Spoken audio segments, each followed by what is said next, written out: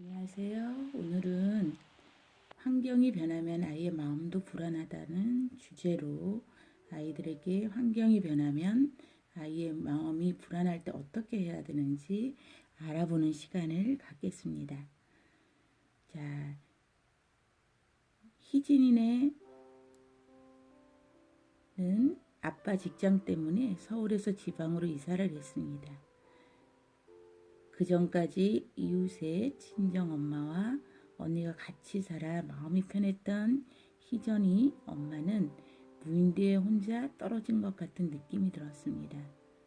전화를 걸어도 마음이 편치 않았고 새 이웃과 친해지려니 여간 부담스러운 게 아니라고 합니다. 이제 5살인 희전이도 새 어린이집에 적응하는 것이 힘들어합니다. 어느 날은 울면서 예전에 살던 동네로 돌아가자고 해서 엄마를 당황스럽게 했고 또 예전에 비해 엄마와도 잘 떨어지지 않고 어린이집에 가면 친구들과 잘 어울리지 못한다고 저희 상담센터에 찾아왔습니다. 이런 아이 어떻게 해야 되나요? 평소에 별다른 문제 없이 잘 지내던 아이가 어느 날 갑자기 문제 행동을 보인다면 혹시 환경이 달라지지 않았는지 점검해 보세요. 어른도 살던 동네나 회사를 옮길 때는 무척 긴장하고 불안해하는데 아이는 더더욱 그렇습니다. 환경 변화는 그동안에 맺은 애착 관계를 바꿔야 하기 때문에 아이에게 더 부담스럽게 다가올 수가 있습니다. 분리불안이나 낯선 환경에서의 불안이 심한 시기에 아이는 낯선 사람만 봐도 울고 낯선 곳에 들어서는 것 자체를 무서워합니다. 그런데 자신이 생활하는 공간이 급격하게 바뀌면 강한 위협을 느끼게 합니다. 아이가 낯가림이나 애착이 심해지는 것은 안전하게 살아남고자 하는 본능 때문입니다. 환경이 바뀌어 나타나는 아이의 문제 행동은 엄마가 어떻게 하느냐에 따라 달라질 수 있습니다. 우선 아이가 안정감을 갖도록 엄마가 늘 옆에 있다는 확신을 심어주세요.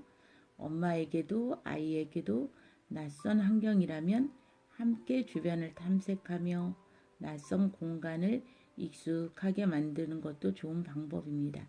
같은 경험을 공유하면 아이와 엄마의 유대감이 좋아집니다. 낯선 환경에 적응하는 데 걸리는 시간은 아이 기질에 따라 다름으로 조급해하지 말고 아이가 자신을 갖고 주변 환경에 대해 대처할 수 있을 때까지 기다려 주어야 합니다. 다혈질의 경우는 즐겁게 재미있는 환경을 만들어 주어야 합니다. 그런 친구들을 사귈 수 있는 기회를 주시고요. 점액질은 느리기 때문에 그 아이들에게는 친해질 수 있는 시간이 좀 필요합니다. 그래서 조금 시간은 걸리지만 그 시간을 기다려 주어야 합니다. 탐집질일 경우에는 어딜 가도 본인이 대장 노릇을 해야 됩니다. 그렇게 하기 위해서는 좀 시간이 걸리고 탐색할 수 있도록 도와주세요. 우울질인 경우는 어떻게 해야 될까요? 많은 것들을 관찰하고 불안한 요소가 없어졌을 때 마음을 엽니다. 그때까지는 그 환경을 바꿔주는 것이 중요합니다. 사례 2번째입니다. 수진 엄마는 직장에 다니는데 수진이를 돌보는 일 때문에 머리가 아픕니다. 수진이를 지금까지 잘 봐주던 아주머니가 갑자기 일이 생겨 돌아가야 하기 때문입니다. 다른 사람을 소개받는다 해도 사람의 성격이나 행동을 한두 번 만나서는 알 수 없다 보니 마음에 드는 양육자 찾기가 하늘의 별따기처럼 어렵다고 합니다. 그렇다고 직장을 그만둘 상황도 아니라서 수진이 엄마는 이전 아주머니를 계속 있게 할 방법을 찾고 있다면서 어떻게 해야 되는지 저희 상담센터를 찾아왔습니다. 주 양육자가 바뀐다는 것은 아이에게 상당히 큰 변화입니다. 이런 일은 주로 직장맘에게 생기는데 엄마나 아이 모두 스트레스를 상당히 받습니다. 일하는 엄마는 아이에게 늘 미안해합니다. 태어나서 3년은 아이 옆에 있는 것이 좋다고 또 알고 있는데 어떻게 해야 되냐고 물어보기도 합니다. 오랫동안 육아휴직을 한 뒤 사회에 복귀할 수 있는 직장맘은 거의 없습니다. 직장맘들은 대부분 출산휴가 3개월을 채우는 것조차 눈치가 보인다고 호소합니다. 출근할 때마다 엄마를 붙잡고 놔주지 않는 아이를 보면 일을 계속해야 하는 것이 옳은지 고민하는 엄마들이 많습니다. 하지만 일을 해야 하는 현실에서 자신이 해줄 수 없는 것에 대해 계속 미안해하면 아이에게도 엄마에게도 좋지 않다고 말해줍니다. 현실을 인정하되 좋은 대안을 마련하는 것이 무엇보다 중요합니다.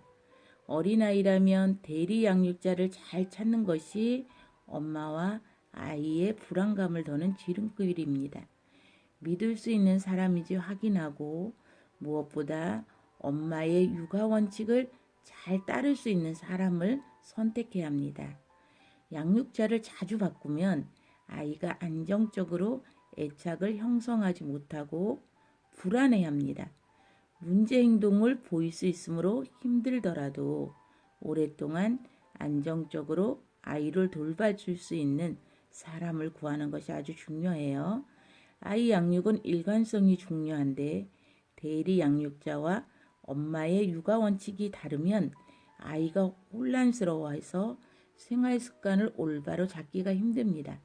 따라서 엄마가 중요하게 생각하는 원칙은 규칙으로 정해서 공유하고 또 적어서 붙여놓는 것이 좋습니다. 수진이네처럼 부득이하게 양육자가 바뀔 때는 최대한 양육의 갭을 줄여야 합니다.